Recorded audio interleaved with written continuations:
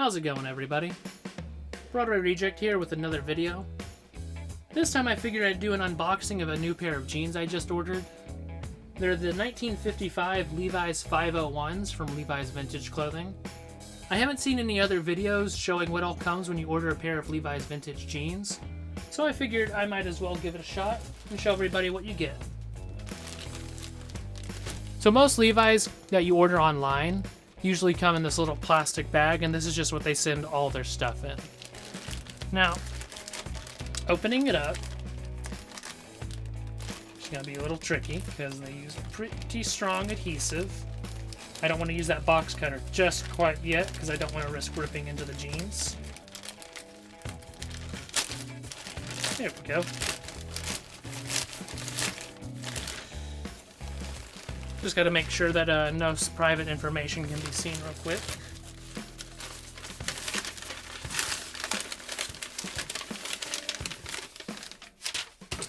Okay, now that we have the bag open, we can pull it open. And we have your Levi's vintage jeans wrapped in another smaller see-through plastic bag. This one's a lot easier to open. Well, I say easier. Tearing the little plastic off, you get the nice denim jeans. Now, all of my premium jeans are from Levi's Vintage Clothing. I don't own anything from Okayama Denim or Naked and Famous. I just own Levi's Vintage Jeans when it comes to the higher tier stuff. And all the other the only other jeans I have are also your standard run-of-the-mills Levi's 501s or 511s. So I don't really have anything as a benchmark to compare these jeans to. They feel great. They feel better than your typical mall jeans, which is what you would get like Wranglers from Walmart, or even your standard Levi's 501s, 511s, 512s, etc., etc.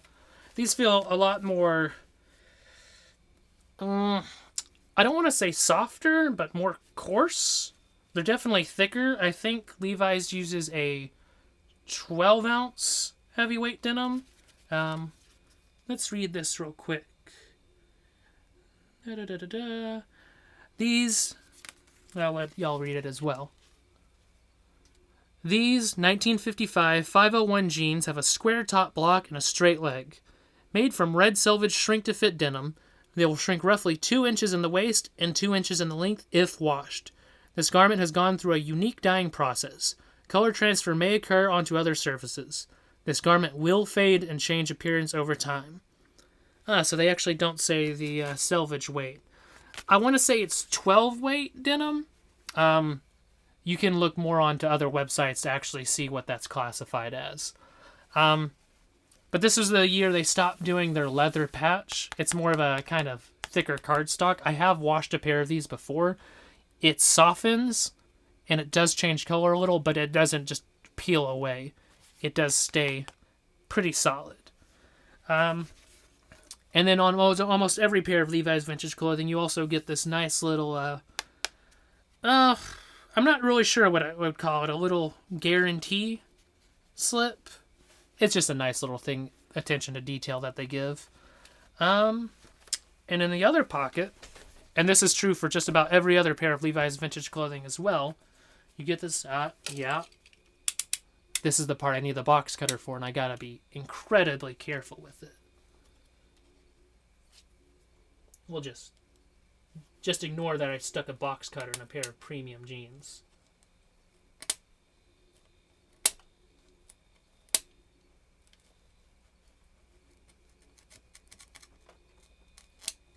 There we go. So inside every pair of Levi's 501s from Levi's Vintage Clothing, as far as I know of anyway, you get this nice little envelope that says to the owner of these, or to the owner of this 1955 501 jean. Obviously, if you get the pair of 1947s, it says to the owner of this 1947 501 jean, etc., etc. And when you open it, it comes with a few little nifty little things. First of all, it has this cool little vintagey looking instruction, I don't want to say pamphlet, page, that says you can keep them rigid if you buy them small, you can dip them in the tub if you have them bigger, or you can buy them bigger and wash them so they shrink to fit. Most people tend to wear their jeans raw for raw denim. You maximize fades that way. I don't really care for fades myself, so I kind of wash my jeans a lot more than most people would wash their premium selvage. I just don't care for the entire fabric to fade, so I do take caution on that. And then the other thing that comes in that envelope is a very nice letter. I can't really find many of these online for people explaining what this is, but it's a nice little, it's obviously printed, but it looks like it came out of a typewriter. This is a little letter that says, "To the owner of this 501 jean. The 1955 501 jeans have a quintessential 1950s shape, with more anti-fit in the seat, a slightly fuller cut around the leg, and a boxier silhouette. Representative of classic 1950s biker style, they're a similar shape to those worn by Marlon Brando in The Wild One. The 1955 501 jean was the first to bear the leather-like paper two-horse label. The signature Levi's red tab also changed to say Levi's on both sides. Like its predecessor from 1947, the 1955 501 jean also had a big E red tab, belt loops as the only method of waist adjustment, hidden copper rivets on the back pockets, and zinc buttons on the fly. Design details: 12-ounce red selvage denim, 2 back pockets with concealed rivets, 2 horse leather-like patch, big E double-sided red tab, twin needle arcuate. Enjoy these jeans right for school." And if you don't know what that means, back in the early 50s, late 40s, I'm not sure about the exact time frame of it, Levi's ran this campaign called Levi's Right for School, because back then, in that time frame, Levi's were more of a West Coast thing for workwear, but they were trying to get them to appeal to a younger market, so they pushed this Right for School campaign.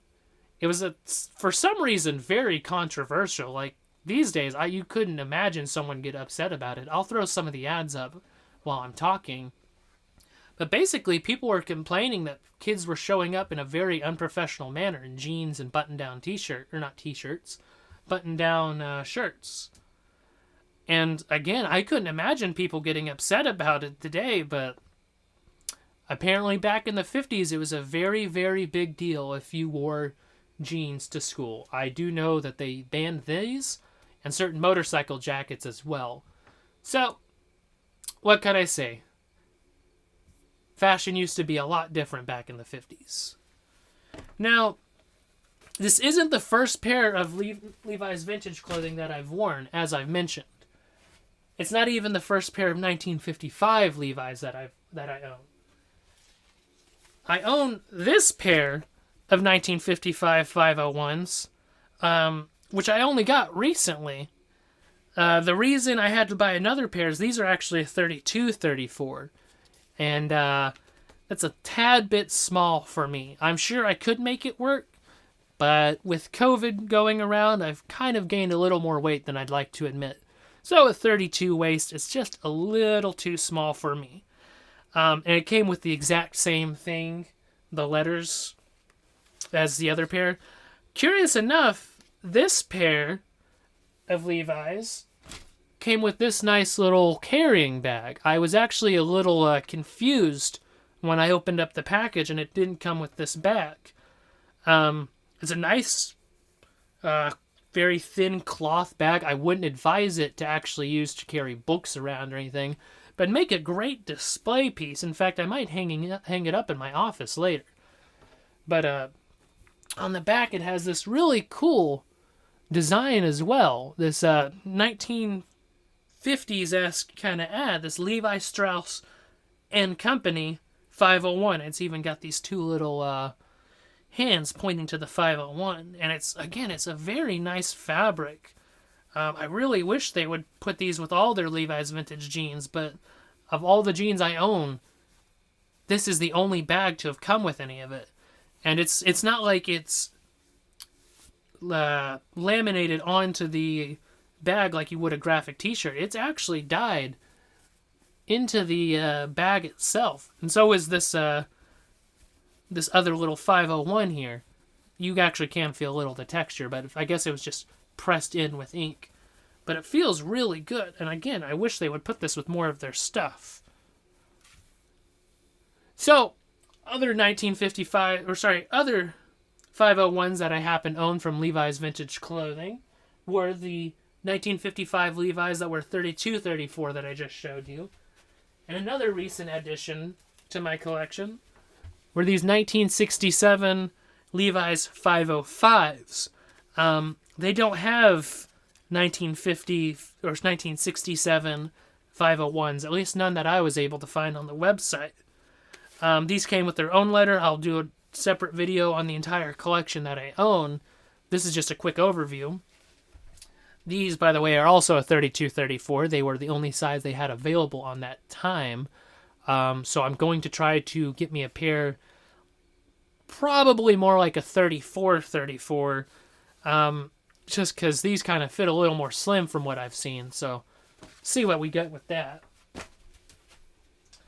I own these 1947 501s, and these are probably my favorite piece. I don't know if this is leather. It's either leather or a very close synthetic. It feels really nice, though, but these are the 1947 501s, and they are probably the best I have in my collection. I've had these for about 2 months now, I want to say. I don't wear my jeans out a lot, because I don't get a chance to very much anymore because of social distancing and trying to stay indoors. But other than that, I really love them. And the last piece of Levi's vintage clothing that I own is also the first that I've ever bought. And it's once again a pair of 1955 Levi's 501s. This is a pair that's been 34-32. So, and they did shrink a little on the wash. I wore them while they were wet, so they would not shrink too much. They looked ridiculous before they had shrunk, so I'm actually glad they shrunk the way they did. Again, I don't have a little video/photo area to get any kind of footage of me wearing it, but I'll throw some photos up of models wearing them, although these are still a little more looser fit than what they wear. These are a little big on me. That's why I think I'm more of a 33. I am supposed to be a 32 in the waist, but again, I've got a gut with all the weight gained due to COVID. But yeah, they're a nice, solid pair. They haven't ripped. They do have this little nick that I need to take a razor blade to, I guess, but I take good care of them. I've only washed them, I want to say 2 or 3 times in the almost year that I've worn them. However, since I only recently acquired additional pairs of Levi's vintage wear, or Levi's vintage clothing jeans, I was only wearing these for very special occasions, such as like Christmas, Thanksgiving. I wore these when I went on my honeymoon, things of that nature. I don't wear them a lot, so I didn't really deem it necessary to wash them that much. And they don't have very much fades. For some, that is a positive. For some, that is a very big drawback. Again, some of the denim community really enjoy their high contrast fades. I am not one of those people, but that's just me.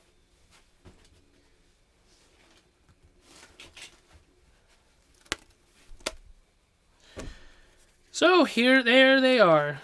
The 1955 Levi's vintage clothing 501 jeans in all their glory.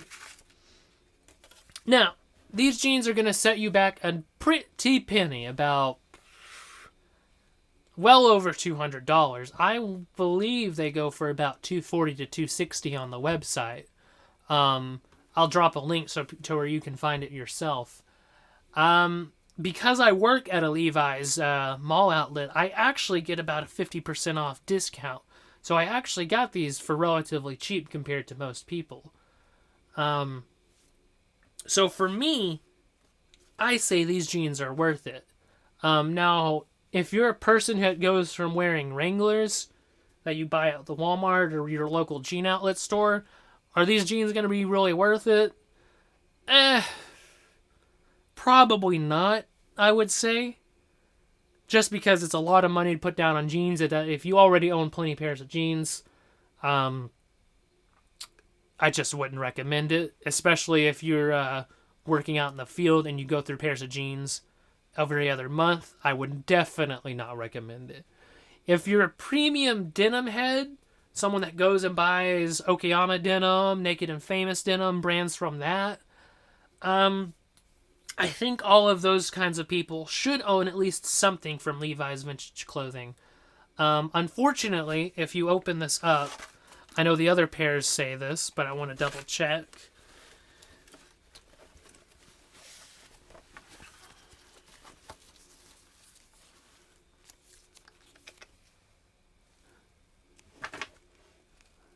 Actually, so all my other pairs say made in Bulgaria, I believe.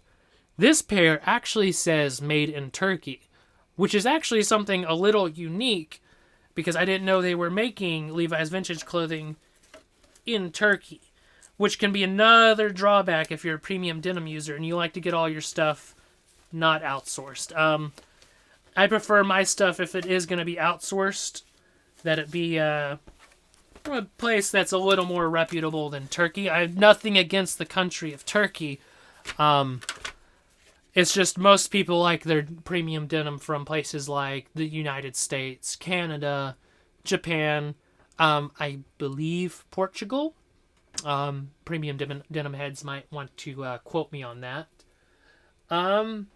Just not places outsourced for cheapness. If I'm buying a $260 pair of jeans, for me a little over $100, I don't want them having cut their bottom line so much to where it just makes it so cheap. I don't know how they are in terms of quality. Like, I'm sure they are just about the same as my 1955 501s that are made in Bulgaria. Or actually, let me check. Yeah, Bulgaria. Just so you can see on this for yourself. This is the regular pair of 55 501s, my first pair. But other than that, rants aside about outsourcing, that's about all I have. If you like this video, drop a like. If you didn't like this video, drop a dislike. If you have any suggestions for any other video I should do, leave it in the comments and I'll try to get back to you. And other than that, I guess I'll see you later.